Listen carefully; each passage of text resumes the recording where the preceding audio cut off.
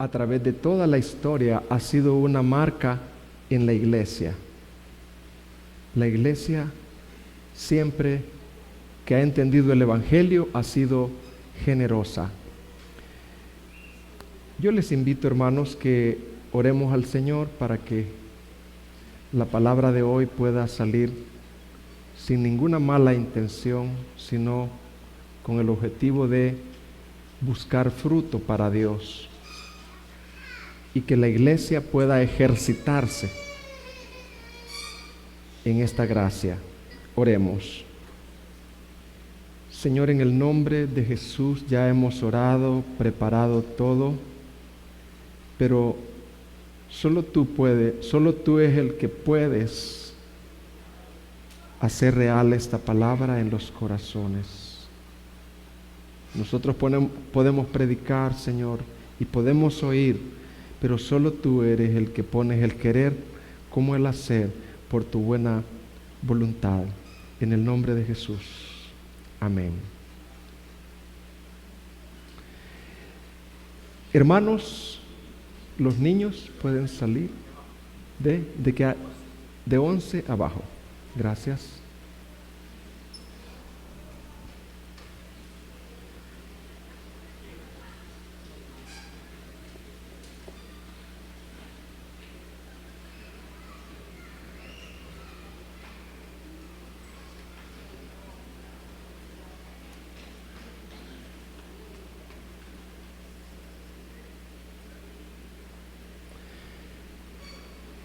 Hay dos extremos a evitar en una iglesia.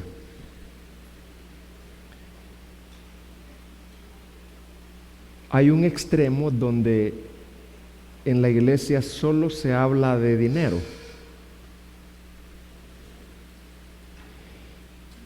Y ese es un extremo. Pero hay otro extremo donde la iglesia no habla de dinero por los prejuicios, y ese es otro extremo peligroso. Ambos extremos son peligrosos.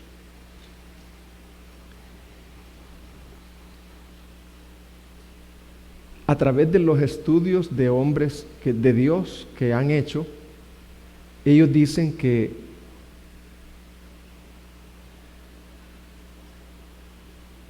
la Biblia habla mucho. Son cantidades de versículos.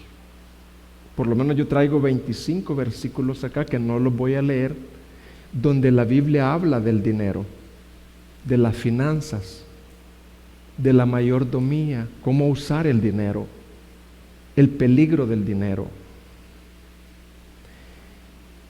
Y entonces, más aproximadamente de 250 versículos la Biblia habla de eso. Si la Biblia habla del dinero, es porque al Señor le interesa no el dinero, sino que el dinero es un índice de dónde está nuestro corazón. El dinero es un indicativo del verdadero carácter del hombre. El dinero es un indicativo del verdadero carácter del hombre.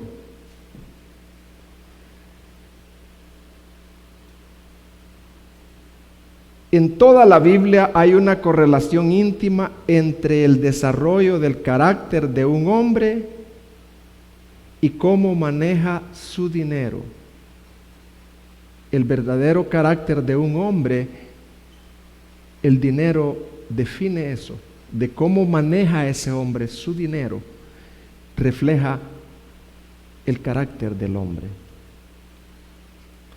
Hay un versículo que aparece en Mateo 6:21. Mateo 6:21. Dice: donde esté tu tesoro, ahí estará tu corazón. Donde esté tu tesoro, aquello que tú hagas en esta vida, tu tesoro, ahí estará tu corazón.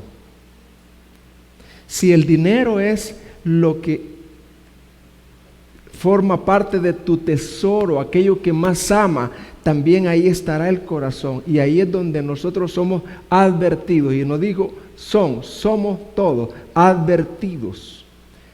El peligro del materialismo, el engaño del materialismo.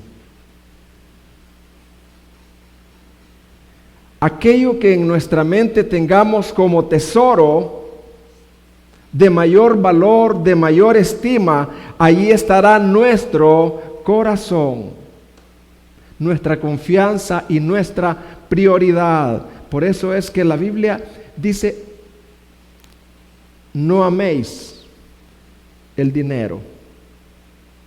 No es que no vamos a buscar proveer, no vamos a buscar ganar, no vamos a buscar un aumento, no vamos a buscar prosperar. Lo que la Biblia prohíbe es el amor al dinero, poner nuestro corazón en ello.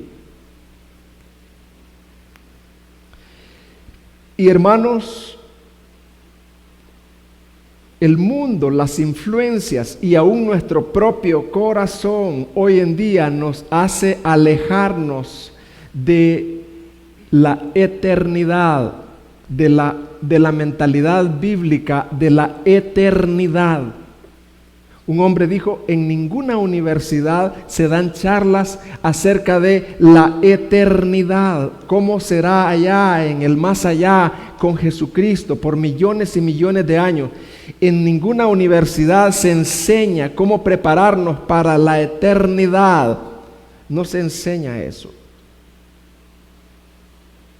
Y entonces, por eso es que yo quiero compartir brevemente ¿cómo vive un cristiano a la luz de la eternidad? ¿Cómo vive un joven a la luz de la eternidad? Manteniendo a raya el materialismo. ¿Cómo vive un joven, un cristiano con una mente en la eternidad, hermano? Manteniendo a raya el materialismo.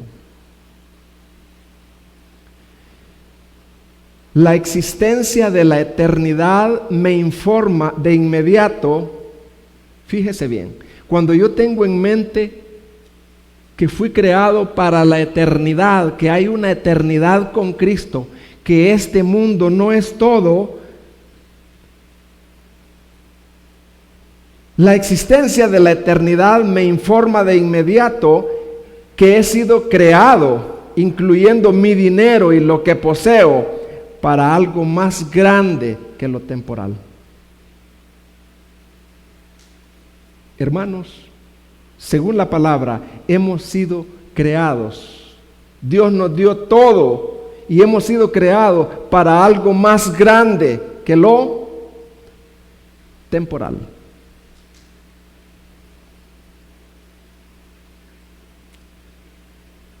Hablaba yo con un joven que quería él entrar en el área de aviación y todo lo que tiene que ver con aviones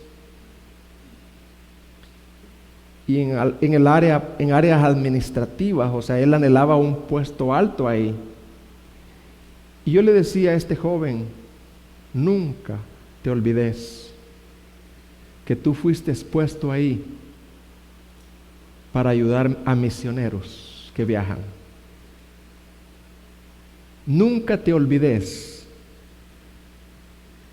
que hay miles y millones de misioneros que viajan y que necesitan un descuento para ir y predicar el Evangelio. Ese joven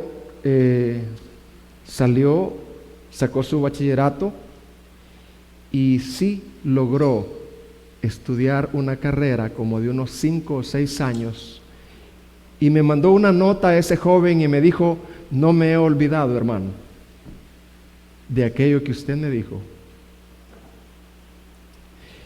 Actualmente ese joven ya logró su objetivo, tiene un alto puesto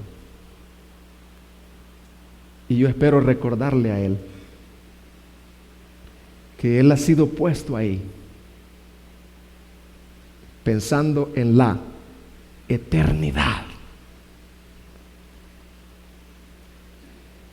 La existencia de la eternidad me dice que esta vida no es mi destino, sino una preparación para un destino final. Esta vida no es mi destino, hermanos.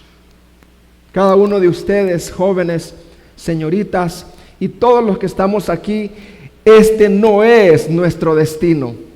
Es una preparación para nuestro destino final. Y es ahí donde entra el buen uso del dinero. La existencia de la eternidad me da convicción para no poner mi confianza,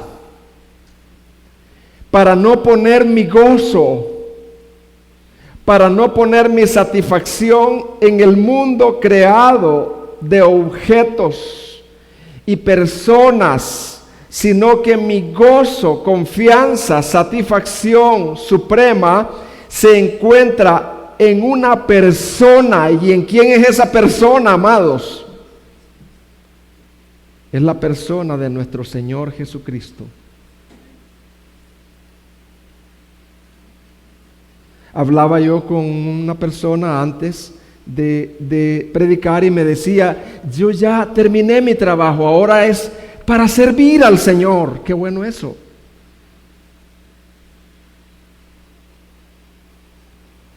Que la meta más alta de mi vida, de nuestras vidas y de mayor valor sea conocerlo a Él y que otros lo conozcan. Y vivir para su gloria, sometido a Él.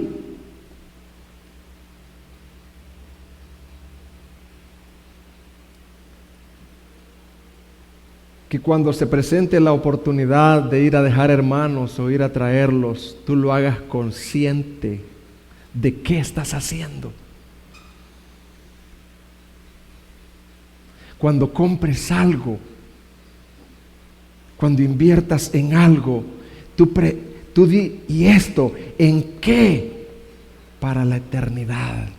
¿En qué colaborará esto para la eternidad?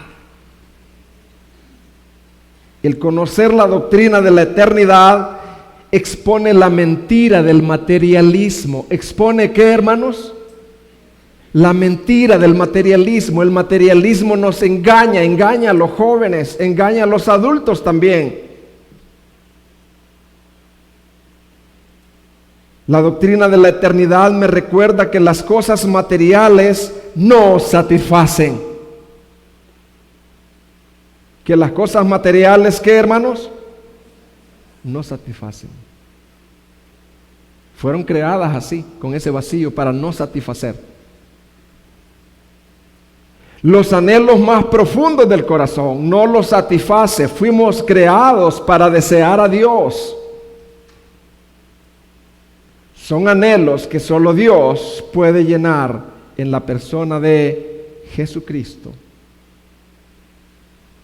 Francisco de Asís dijo, tú nos hiciste para ser de ti, Señor. Tú nos hiciste para ser de ti, Señor. Y el corazón del ser humano está intranquilo hasta que éste haya su paz en ti.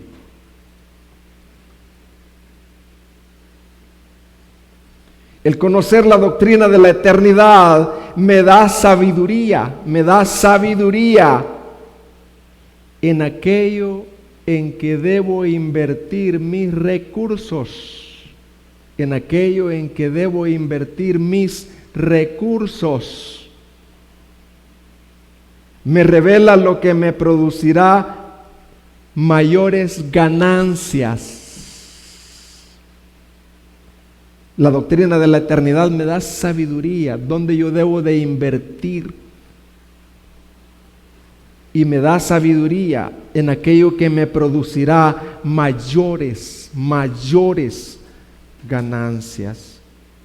Colosenses 3:1 dice, Buscar las cosas de arriba. ¿Buscar las cosas de dónde, hermanos?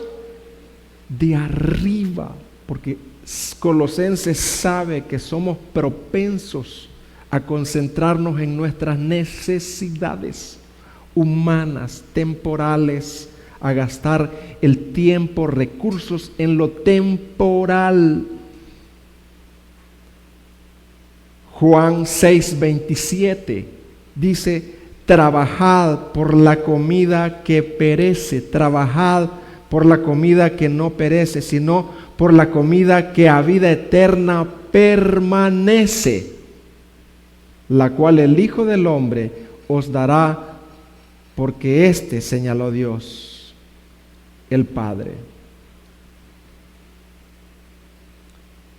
La existencia de la eternidad aclara mis valores.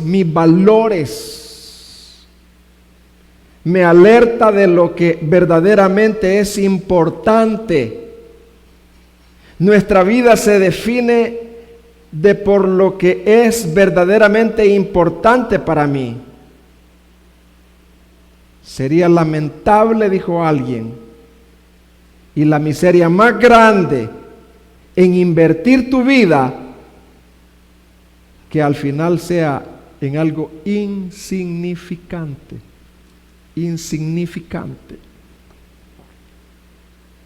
La existencia de la eternidad me advierte acerca del peligro de ceder a la tentación de adorar e idolatrar la creación en lugar del Creador.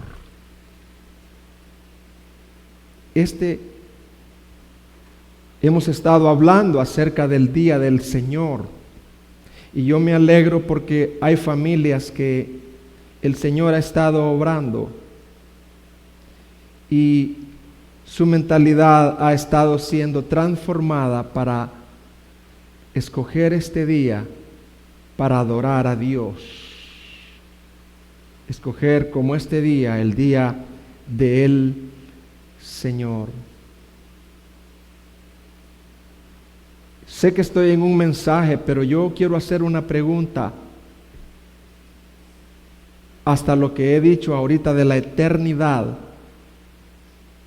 Querido joven, querido adulto, quisieras orar para que toda idolatría y todo engaño del materialismo sea limpiado este día, para que no llamemos materialista a aquel, no. Aquí está el materialista, este corazón. Quisieras orar para que toda la idolatría y todo engaño del materialismo sea limpiado. Oremos. Señor, delante de ti estamos para ser exhortados. ¿Qué es aquello verdaderamente importante y eterno? Limpia mi corazón de la idolatría, de la creación, de la idolatría del materialismo, del engaño del materialismo. Guarda mi corazón hasta el final, que lo que tú me des sea un medio para glorificarte en el nombre de Jesús.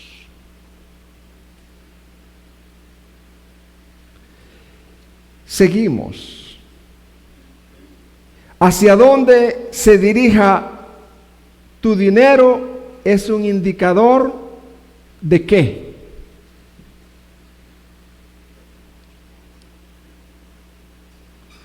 Hacia dónde se dirige tu dinero es un indicador de hacia dónde se dirige tu corazón.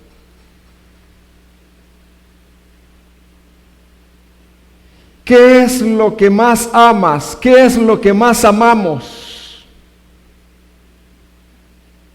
Y a Jesús le importan nuestros corazones más que cualquier otra cosa. A Él no le importa tu dinero, a Él le importa tu corazón. Pero como el dinero es un índice de dónde está tu corazón, por esa razón Jesús habló tanto del dinero.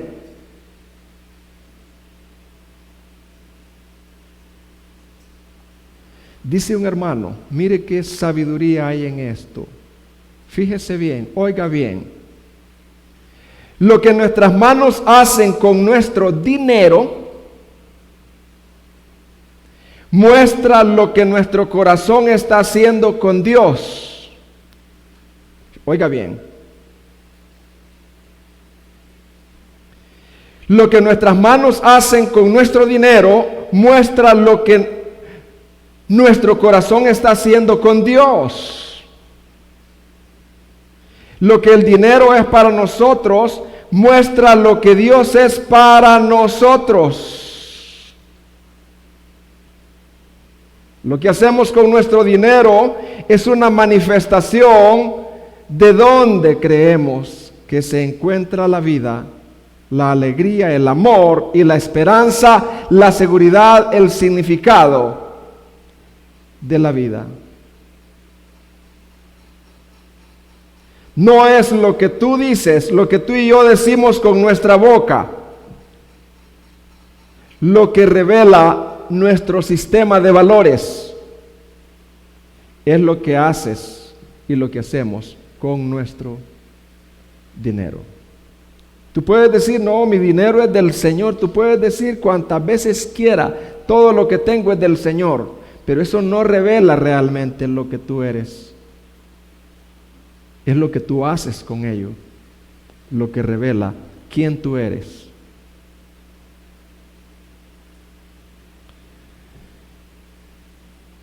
Vamos a ver en el Nuevo Testamento cómo el Nuevo Testamento nos guía. Y vamos a ver en el Nuevo Testamento, para nuestro conocimiento y para nuestra aplicación, 3 oportunidades para ofrendar en el Nuevo Testamento. Vamos a verlas. Hermanos, el mundo es cruel. El inconverso es cruel en esto. El inconverso blasfema cuando yo voy a compartir estas 3 cosas, como el Nuevo Testamento nos da 3 oportunidades para usar nuestro dinero. La primera es para sostener el ministerio de la iglesia. ¿Para qué es la primera oportunidad, hermano? Para sostener el ministerio de la iglesia. La iglesia no se sostiene con aire. La iglesia se sostiene con dinero. Y Dios habló de cómo el dinero debe de ser usado para sostener la iglesia. La iglesia es más importante que cualquier ministerio de los ministerios que tenemos en el país. Ministerio de Educación, Ministerio de Justicia, Ministerio de Salud. La iglesia es más importante que todos esos ministerios, porque es a la iglesia que Dios le ha encomendado la tarea de llevar el nombre de Jesucristo. Así que la primera oportunidad que tenemos es de usar nuestro dinero para sostener el ministerio de la iglesia. No importa que diga el mundo. Estamos hablando con los nacidos de nuevo, con los que hemos sido rescatados. Primera de Timoteo 5:17. 5:17 habla de los ancianos, o sea, de los pastores. Una iglesia debe de tener no un pastor, sino varios pastores. Nosotros creemos en eso. Y hacia ahí vamos. Primera de Timoteo 5:17. Dice, el anciano que gobierna bien, dice, los ancianos que gobiernan bien sean tenidos por dignos de doble honor, o sea, doble paga. Así dice en una versión directa, más literal. Mayormente los que trabajan. ¿En qué, hermano? En predicar y enseñar. El trabajo de el enseñar y predicar es un trabajo. Generalmente siempre le preguntan a los hijos de uno, ¿y qué es lo que hace tu papá? Pues vos ¿qué es lo que tu papá hace? Pues durmiendo. El que trabaja en predicar y en enseñar. Pues la Escritura dice, no pondrá bozal al buey que trilla. En el Antiguo Testamento, cuando el buey iba trillando o haciendo con el arado, no se le podía poner bozal porque el buey tenía derecho a comer de lo que él estaba trabajando, en lo que él estaba trabajando. No pondrá bozal al buey que trilla, y digno es el obrero de su salario. La enseñanza es uno de los trabajos más delicados. Perdonen los profesionales que están acá, perdonen. La enseñanza es uno de los trabajos más delicados y medulares que hay, ya que trata con el alma de la persona. No trata con la vida, el cuerpo de la persona, sino con el alma de la persona. Y trata de la vida eterna. Dios está estableciendo el principio de que un ministro o un pastor tiene el derecho de ser mantenido por la gente que está ministrando. Pues es razonable, dijo Pablo, que yo si siembro en ustedes lo espiritual, si yo les doy lo espiritual, es normal cegar lo material. Es normal que si yo hago un trabajo de fontanería o un trabajo de albañilería, yo espero también mi salario a quien yo le hice ese trabajo.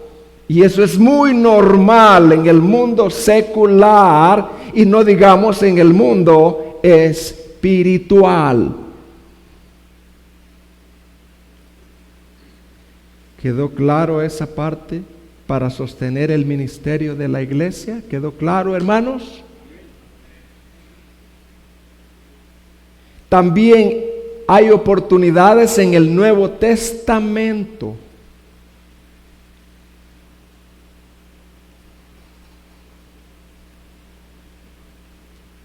Y otra oportunidad es para la expansión del Evangelio. La iglesia necesita recursos para la expansión, para ganar a otros, para llegar a otros. ¿Y de dónde vienen esos recursos? De la generosidad que Dios pone en aquellos nacidos de nuevo que tienen entendimiento, que han entendido el Evangelio. Primera de Corintios 9:7.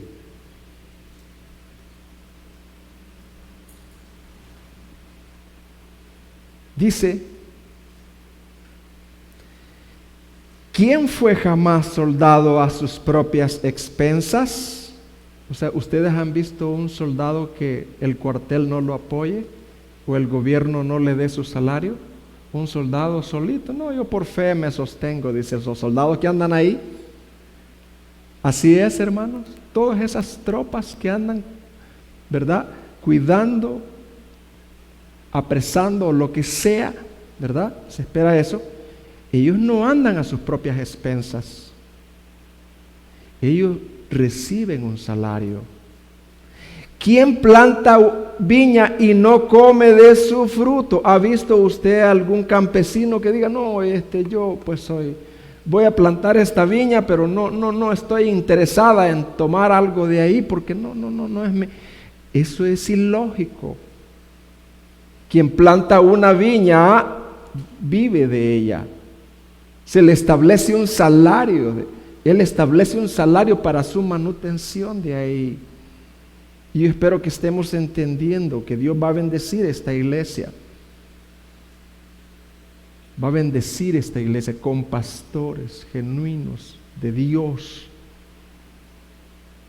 Que también ustedes tienen que en su momento de dar su aprobación. Ustedes van a ver si califican o no, pero la iglesia debe de estar preparada para sostenerlos cuando sea necesario. Porque eso es un testimonio de una iglesia dadivosa. Y otra área y oportunidad para poder usar el dinero es para ayudar a los pobres. ¿Para ayudar a quién, hermanos? A los pobres. Gálatas 2:10. Pablo dijo, solo nos pidieron que nos acordáramos de los pobres. O sea, no es acordarse en oración de los pobres. Hay pobres que hay que llevarle una ofrenda. Lo mismo que yo estaba también deseando hacer. En 2 de Corintios 8:1 al 3 aparece un párrafo que también habla de el uso del dinero.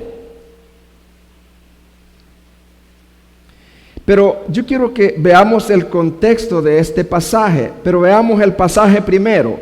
2 de Corintios 8:1.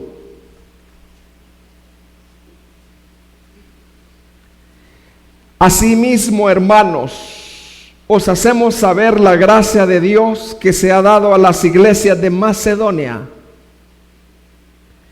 que en grande prueba de tribulación, la abundancia de su gozo y su profunda pobreza abundaron en riqueza de su generosidad. Quiero dar un contexto de las iglesias de Macedonia, porque las iglesias de Macedonia se ponen aquí como un ejemplo de dadivosidad, de generosidad.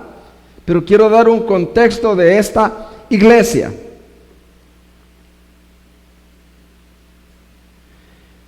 Pablo está animando a los corintios a participar de una ofrenda porque los hermanos de Jerusalén estaban en gran necesidad.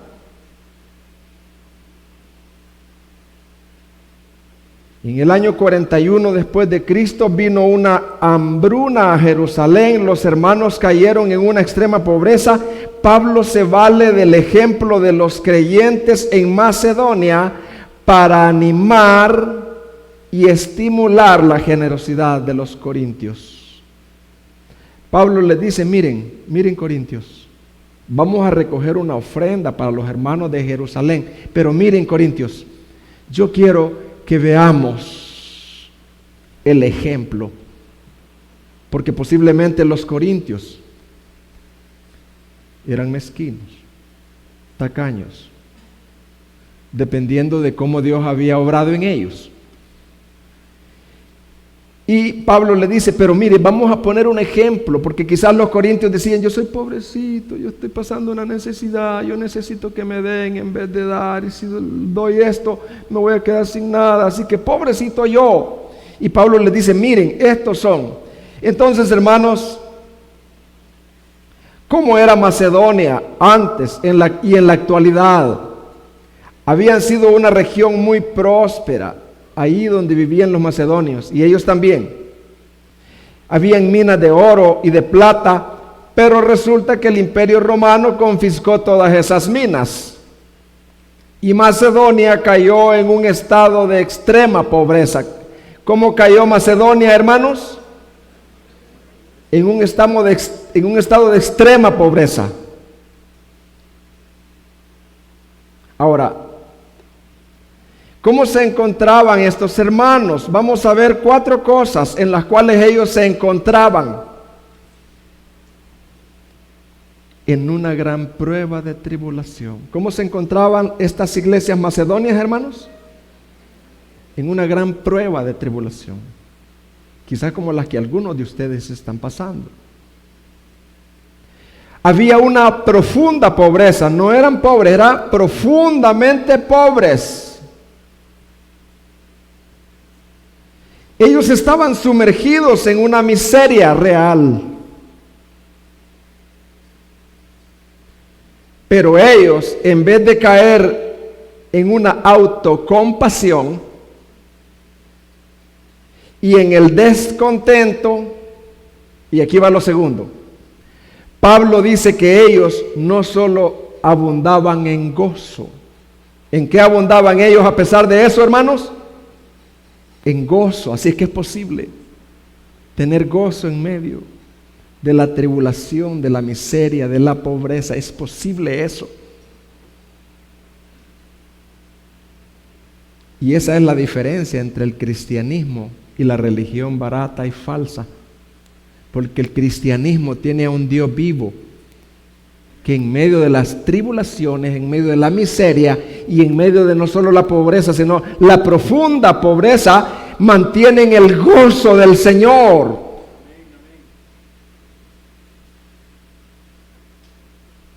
Pablo dice que ellos no solo abundaban en gozo,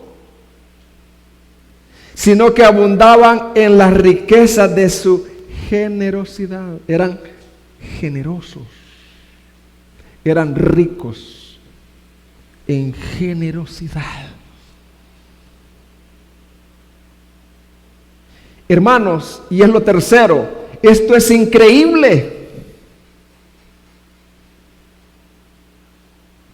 Es por eso que el cristiano de verdad, el cristiano que vive la vida en comunión con Dios, es un cristiano que deja boquiabierto a los demás.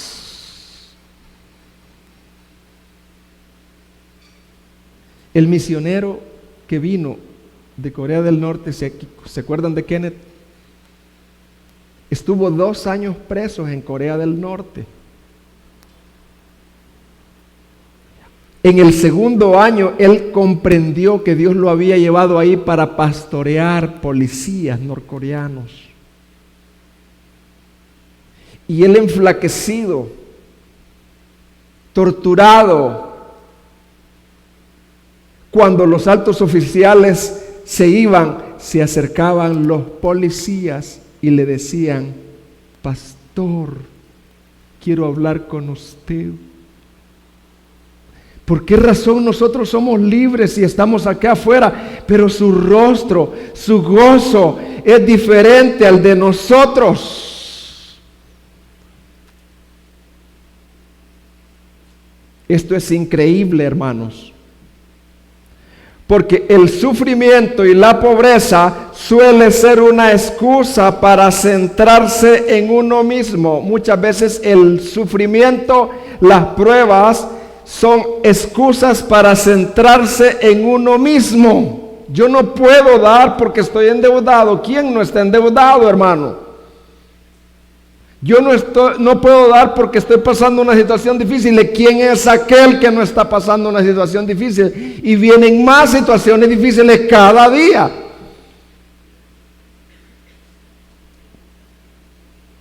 El dar es probado, es en medio de todo eso. Lo natural para una persona que sufre es pensar que los demás deben de ser generosos con él, pero él no debe de ser generoso. Esa es la mentalidad que el materialismo ha afectado a la iglesia.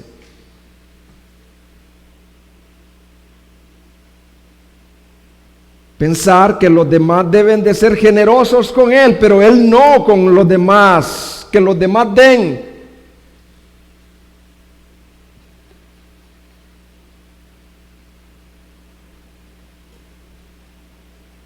¿Qué más podemos observar en esta iglesia de Macedonia, que fue un ejemplo de generosidad bíblica?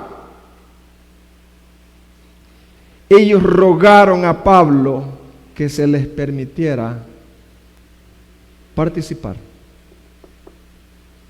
¿Qué tal si un día eliminamos la parte de eliminamos todas esas cajas y no recogemos ofrendas ni diezmos, ¿qué harías tú? Gloria al Señor. Alguien les está pasando. Sería una gran prueba para probar el corazón, porque el que quiere dar buscará la manera cómo dar, porque es que no puede, un árbol no puede dejar de dar hojas y dejar de dar fruto, no puede.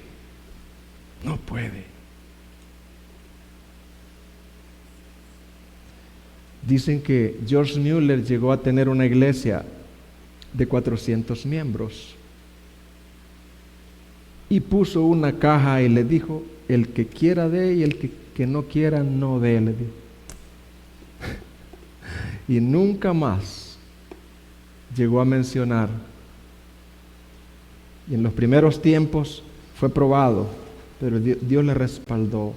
Estos macedonios rogaron a Pablo, no Pablo les rogó a ellos, sino ellos rogaron, porque había algo que rebosaba en ellos. ¿Qué otra cosa había en ellos? Que el evangelio de la gracia de Dios había cambiado por completo la perspectiva que ellos tenían acerca del dinero. La perspectiva que muchos tienen del dinero es que el dinero es para mí, para mi familia, para mis necesidades, para mi enfermedad. Esa es la perspectiva. No puedo dar porque estoy pasando una situación difícil. Esa es la perspectiva. El evangelio cambió esa perspectiva.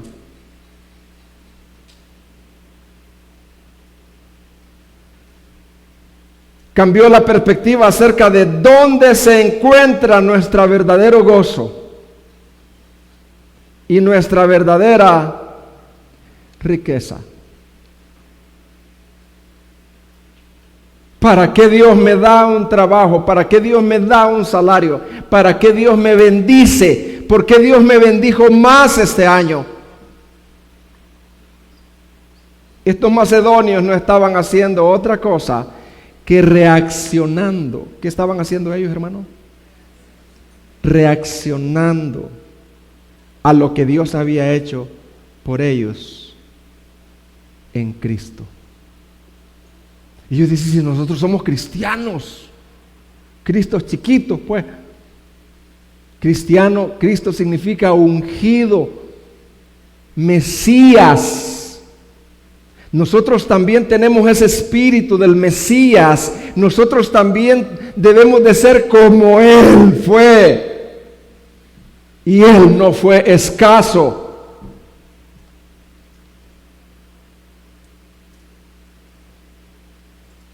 Ellos simplemente estaban imitando a Jesús. ¿Qué estaban haciendo ellos, hermanos? Imitando a Jesús.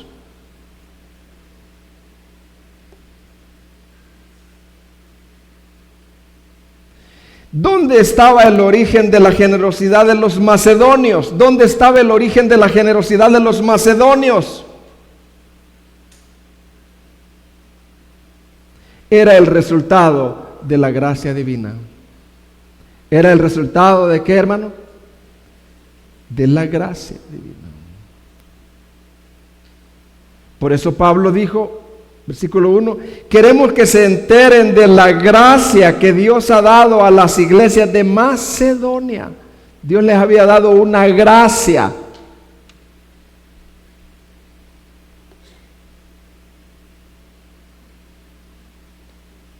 ¿Qué fruto produjo la gracia de Dios en ellos? Lo llenó de gozo. A tal grado que en medio de las pruebas más difíciles de pobreza y miseria, ellos abundaron en generosidad, El gozo no se debía a que Dios los había prosperado en el aspecto financiero. El gozo de los macedonios no se debía a que Dios los había prosperado en el aspecto financiero. De hecho, ellos estaban en extrema pobreza. Por lo tanto, el gozo era un gozo en Dios. ¿Cómo era el gozo de los macedonios, hermanos? Un gozo en Dios y no en los bienes materiales. ¿De qué manera fluía o se desbordaba ese gozo? ¿Cómo era que se manifestaba externamente ese gozo? ¿Que andaban alegres? Sí. Pero el gozo verdadero fluye en generosidad. Como cuando el esposo y el marido está lleno del Señor y el gozo está fluyendo, no solo le dice te amo, amorcito, sino te amo y voy a lavar platos, voy a descargarte esta tarde. ¿Qué más, amor? Estoy lleno de Dios.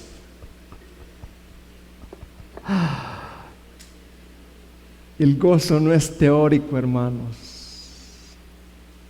El gozo enfrenta con humildad las situaciones difíciles. El gozo bendice. Según este pasaje, ¿en qué consistía el amor? Porque ellos estaban llenos de amor también. ¿De qué estaban llenos ellos, hermano? De amor de Dios. ¿Y en qué consiste el amor? En decir te amo, estoy orando por ti, hermano. No, hermano. El amor es el desbordamiento del gozo. Se manifiesta en gozo, pues. El amor se manifiesta en gozo. ¿En qué se manifiesta el amor, hermano? En la gracia de Dios, el cual con alegría suple las necesidades de los demás. O sea, el amor no puede estarse quieto. Ve las necesidades de los demás y con gozo y alegría suple esas necesidades. Y era el deseo de los macedonios hacerlo, no era un compromiso hacerlo, un deber hacerlo, era el deseo de hacerlo. Ellos pidieron. Cuando uno pide es que hay un deseo en uno. Ellos lo veían como un privilegio. No fue que Dios les obligó a ellos, no. Dios les llenó de Él y eso les hizo.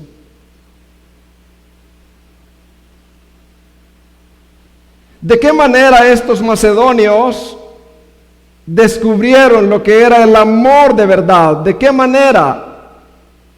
Estas personas estaban tan llenas de gozo de Dios que el ofrendar, aún en pobreza, no era una carga, sino una bendición. Ellos descubrieron lo que es el amor. ¿Y qué es el amor?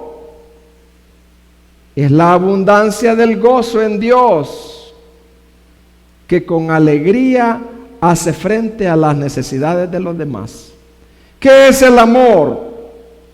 Es la abundancia del gozo en Dios, que con alegría hace frente a las necesidades de los demás. Repita conmigo. ¿Qué es el amor?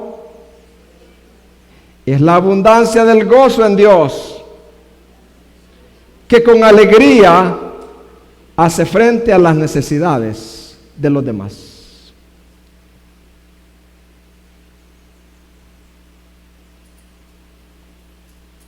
Conclusión.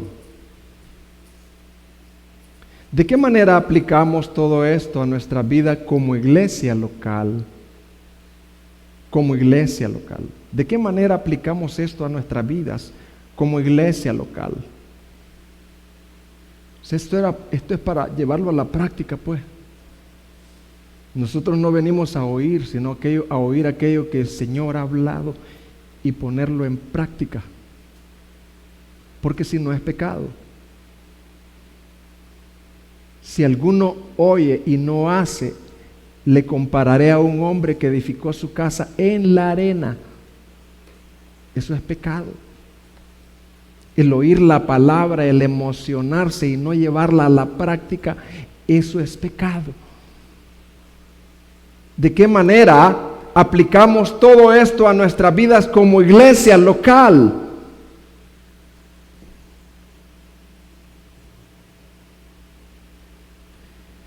Consiste en que lo normal de un cristiano que ha entendido el Evangelio y lo que Cristo hizo es lo normal de un cristiano que ha entendido el Evangelio, es que este cristiano es generoso para con los necesitados y para las necesidades de la iglesia local, a fin de que su reino se expanda. Lo normal de un cristiano es que si en la empresa hay alguien enfermo, este cristiano va y dice: voy a orar por ti. Juan, voy a orar por ti. Lo normal de un cristiano es que si hay alguien pasando una necesidad ahí, y mayormente los de la familia de la fe, dice la Biblia, él suple esa necesidad, no completamente. Y principalmente también lo normal de un cristiano es que es generoso para con las necesidades y para con las necesidades de la iglesia local donde se congrega, donde se alimenta, a fin de que su reino se expanda. Se expanda. 2. Preguntas. ¿Estás consciente del peligro del materialismo, amado hermano? Que tienes un trabajo, una labor, una empresa, o que Dios te bendice con bienes, con recursos. ¿Estás consciente del peligro del materialismo que nos influencia a vivir solo para nosotros y para las necesidades temporales y no para la eternidad de su reino?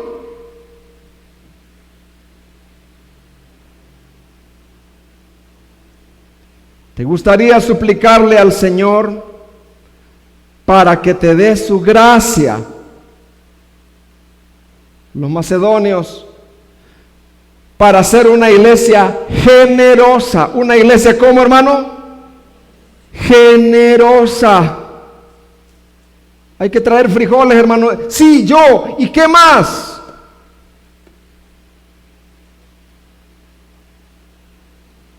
Una iglesia generosa y llena de gozo. A pesar de tu pobreza. ¿Qué es para ti una iglesia llena de amor? Que se abrazan como lo vamos a hacer hoy, como lo estamos haciendo. Es más que eso. Una iglesia llena de amor. El amor es el desbordamiento del gozo en la gracia de Dios, el cual con alegría suple las necesidades de los demás. Queridos jóvenes que me escuchan, vivan esta palabra. Yo también. Seamos generosos. No pienses que tú, por ser joven, siembra para los días venideros. Ejercítate en la piedad. Si yo hago 200 sentadillas es porque me he ejercitado. Si hago 35 pechadas es porque me he ejercitado. No es que las hago, no es creer. Si yo camino por horas es porque me he ejercitado. He comenzado a hacerlo. Si tú nunca has visitado a un enfermo, pídele a Dios, ve al hospital. Cuando estés ahí te vas a dar cuenta y digas, ¿y por qué no viene antes? Qué gozo siento de venir a este hospital. No solo oré por uno, me pidieron que orara por otro. Y pastor, venga, y pastor, y yo ni soy pastor. Porque hay que ejercitarse. Si no has ido a las misiones, ve a las misiones. Ve al evangelismo. Asiste a las oportunidades, sirve al Señor, inscríbete para servir al Señor. No seas de los que oyen y se van, de los que participan. ¿Qué gozo más habrá de la afición o del que metió el gol? En un estadio, ¿dónde está el mayor gozo, la mayor alegría? ¿Del que metió el gol o del que vio meter el gol? Del que participó, del que sudó. Que seamos una iglesia así. Porque si la iglesia no es así, entonces no estamos entendiendo el evangelio. Y seguiremos orando. Y Dios todavía no ha dado ese corazón para que Dios lo dé. Oremos al Señor. Señor, gracias por esta palabra. Te bendecimos, Padre. Que esta palabra, oh Dios, no regrese vacía. No estamos pidiendo dinero. Estamos buscando cómo invertir, cómo el corazón debe de cambiar esa perspectiva del dinero. Te agradecemos, Señor. Haz de esta iglesia una iglesia generosa. Comienza conmigo, Señor. Gracias, Padre. Tú eres nuestro tesoro. Cuando Cristo es nuestro tesoro, estamos llenos de ti. Estamos llenos de tu gozo, estamos llenos de tu gracia, y esa gracia se desborda en las necesidades de los demás y de la iglesia. Padre, en el nombre de Jesús, que así sea, Señor. Amén. Pongámonos en pie, hermano.